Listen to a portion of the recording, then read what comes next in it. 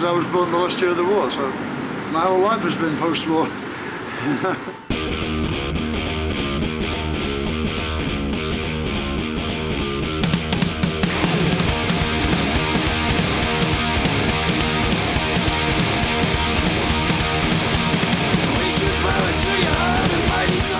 And the only reason I got into this shit is for women. Because all these guys had these chicks screaming at their feet. I thought, well, that looks like a good job. Wonder why I never thought of that before.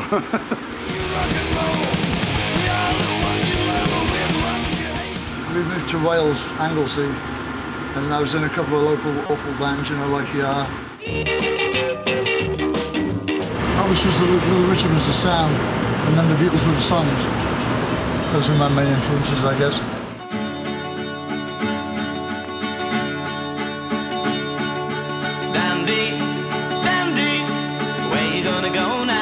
Then I went to Manchester, and that's where I started playing professional, like. And then down to London in about, what, 60... Jesus Christ, I don't know, 66? Yeah, late 66, 67. And then it all went, wee, psychedelia. And I was that soldier.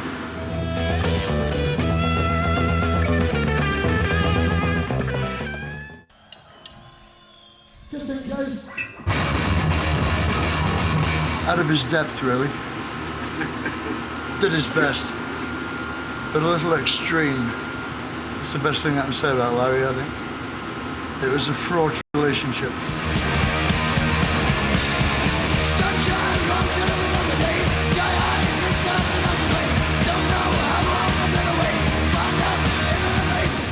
Well, no, I got fired out of all the other bands I was in, so I figured the only way I could stop being fired was if it was my band.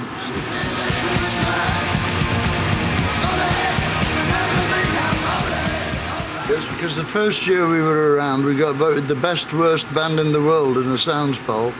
The only time that category was ever in there.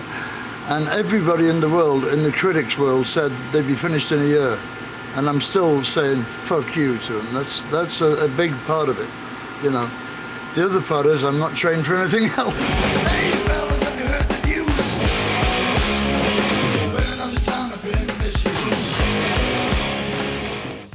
Phil's great, you know. Phil's my brother, man. I mean, Phil's my family.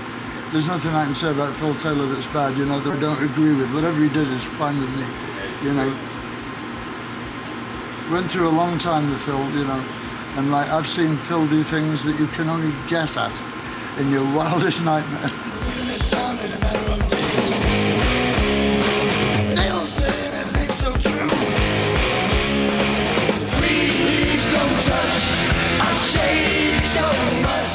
Eddie Clark and me didn't get along when he was in the band, but we got along fine afterwards, which is funny, you know.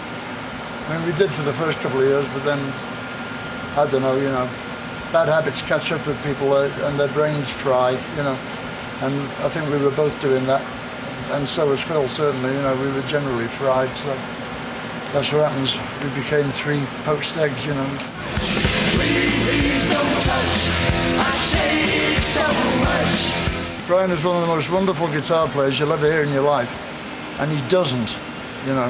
He just gets messed up all the time, and he doesn't live up to his own talent, and I don't know why. There's something going on in his head.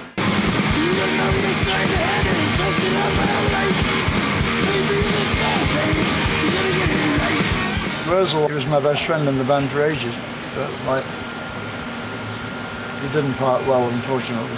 It was a shame too, because I really like Wurzel.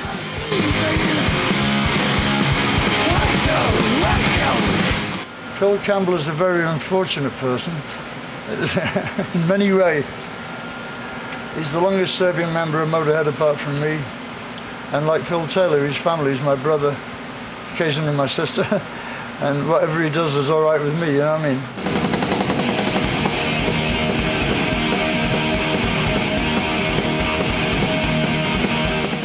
I think Ace of Spades is probably still one of my favourite albums of all time.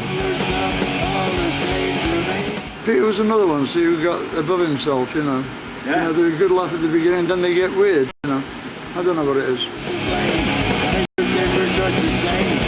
I first got into Motorhead, it would probably be about 1979, and Alessandro went there.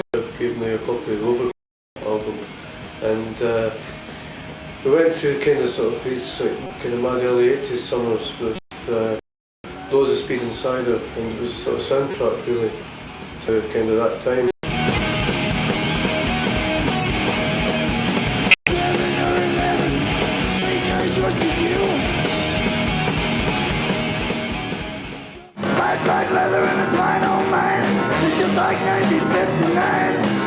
The music community is a great community. The business is trying to split us all apart now. You have charts, 16 charts in the back of bloody Rolling Stone, you know.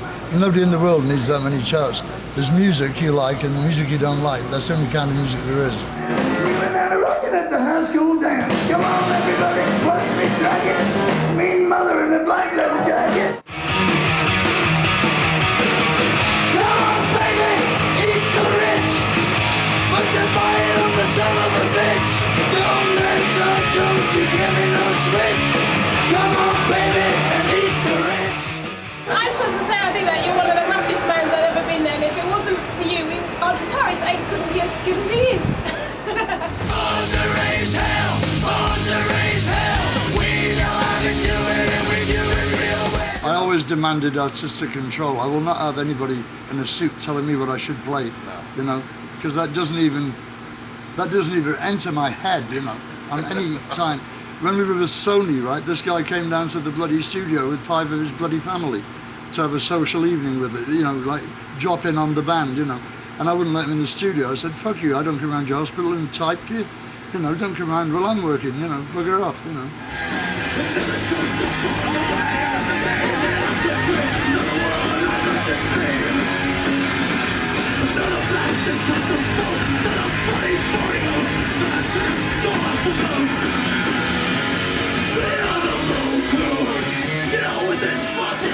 Well, you know, at least Metallica were true to their roots. They admitted their roots, you know, and they said, like, they came down and played at my birthday party as well, you know, and they did several of our songs at my birthday party on stage, and they recorded them. They did Diamond Head, you know, another influence, and I thought that was great of them, you know, because nobody else ever did that, you know, except I did with Slim Jim. We did a record of old rock and roll songs a couple of years back.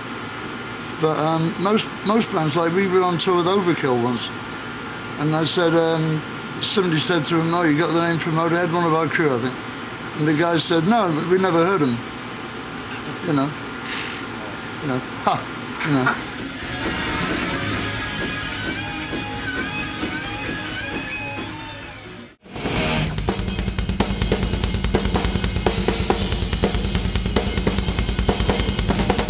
I mean, Mickey gets very enthusiastic about himself at times, but we all have our moments. We all have our moments. It's a long time, maybe. So, you know, I mean, we've been together a long time now, the three of us. It's pretty well set in stone, you know. I don't see that we ever need to get anybody else. The band works really well. It's a good band, man. The plan is to try to finish this album off this year. Before we dive all day. And then start touring next year. It's unusual. A good band is somebody comes on and makes you feel 10 foot taller for an hour and a half, and like when you come out, your ears are ringing and you can't wait to be in one just like it. That's a good band, you know. It's something that makes your imagination run amok, you know, not just something you tap your bloody foot to and wait till the song's over, you know.